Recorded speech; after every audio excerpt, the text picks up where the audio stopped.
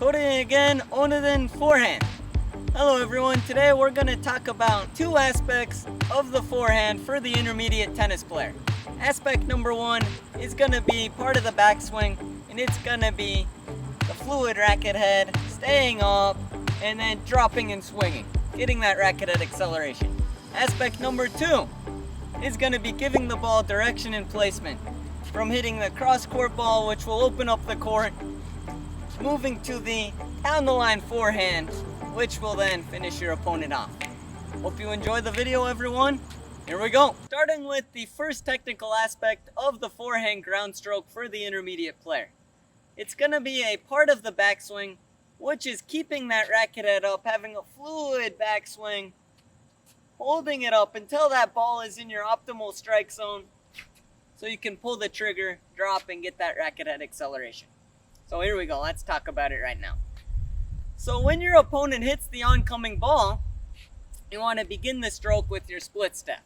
Of course, having your semi-western grip, elbows out, knees bent beforehand. Then you're going to get into the unit turn to the right. As you all know, you've experienced this, your opponent doesn't always hit the ball directly to you. So if they hit it a little wider, you're going to need to then move to the ball with your racket head up and keep it up. Don't drop the racket head and then move to the ball. This is what breaks up the stroke, kills the fluidity. You'll lose a lot of racket head speed. You want to move to the ball off of your unit turn with the racket head up. And once the ball gets right in front of your front foot, which we talked about in the beginner videos, once it's in that optimal hitting zone, waist height in front or at the front foot, that's when you then want to drop the racket head and accelerate. You can do your unit turn and just turn to the right. Then as the ball is coming in, you can slightly move the racket head, then you'll drop and pull the trigger. Once your opponent hits the ball, you need to see this, where the ball is going. So once you pick up that the ball is going to your right side, your forehand side, that is when you boom, do your unit turn to the right, nice and early. Nice and early, boom, getting the hips and shoulders turned to the right, so then you can time the ball, drop the racket head, and rip that forehand. So let me do one right here. So I move over to the right, boom, and drop and swing and rip that forehand.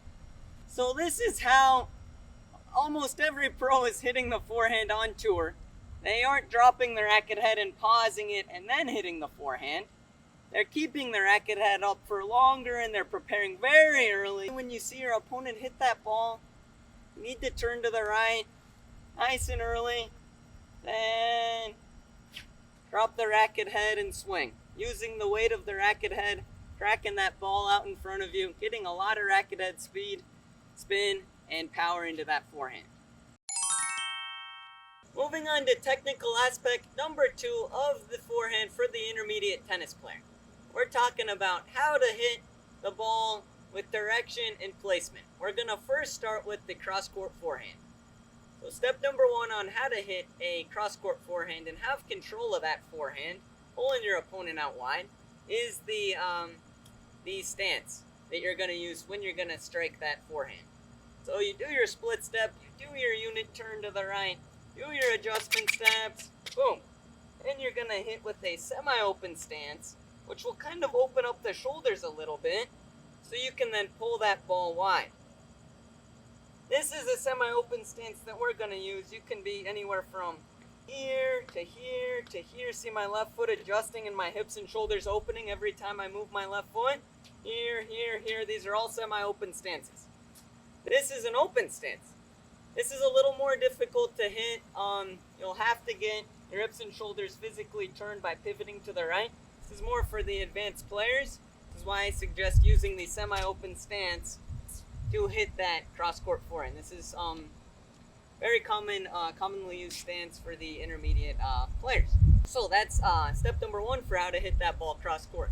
Step number 2 for how to hit that forehand cross-court is the contact point. So the contact point will be out in front of the body. Your racket head is already back and prepared. And once that ball gets in front of you, you're going to need to drop and accelerate that racket head to crack it just out in front of the front foot here, and also hitting on the outside of that ball. As you can see here, the strings of my racket head are the eyes of my racket. They're facing cross court. That's where that ball is going to go. If when I'm contacting that ball, that's where my strings are facing. So to hit it out in front of you, you need to have a nice backswing, a nice short early backswing, and a quick accelerating racket head to meet that ball out in front of you when it gets there. So going over the two steps again. The stance, it is the semi-open stance right here. So your shoulders and hips are a little more open.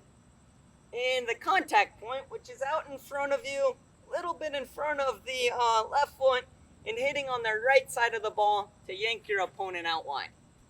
So let me do one here real quick with the hand toss. Here we go.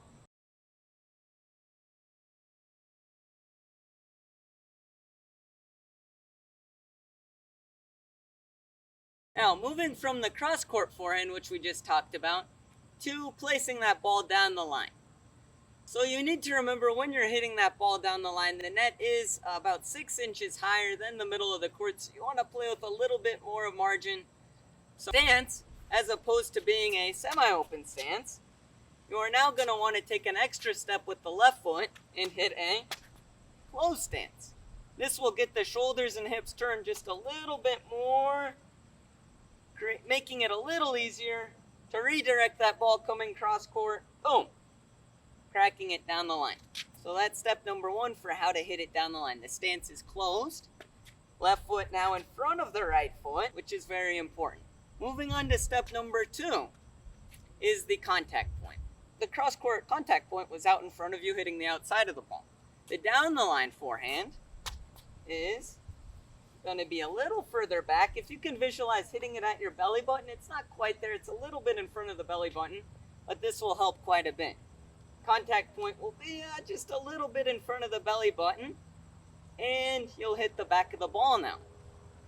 The strings will, again, the eyes of the racket, the strings will face down the line and not cross court, so you can direct that ball down that line.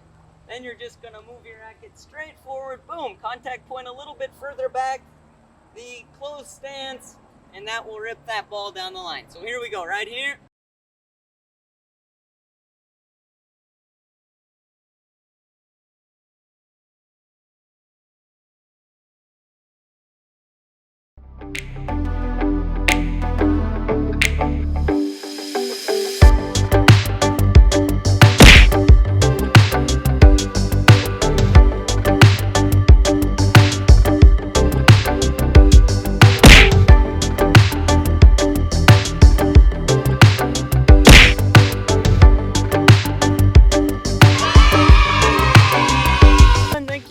Watching our first intermediate video of the series, the two aspects of the forehand. Aspect number one was holding that racket head up longer, getting that racket head acceleration, giving that ball a little more power and spin.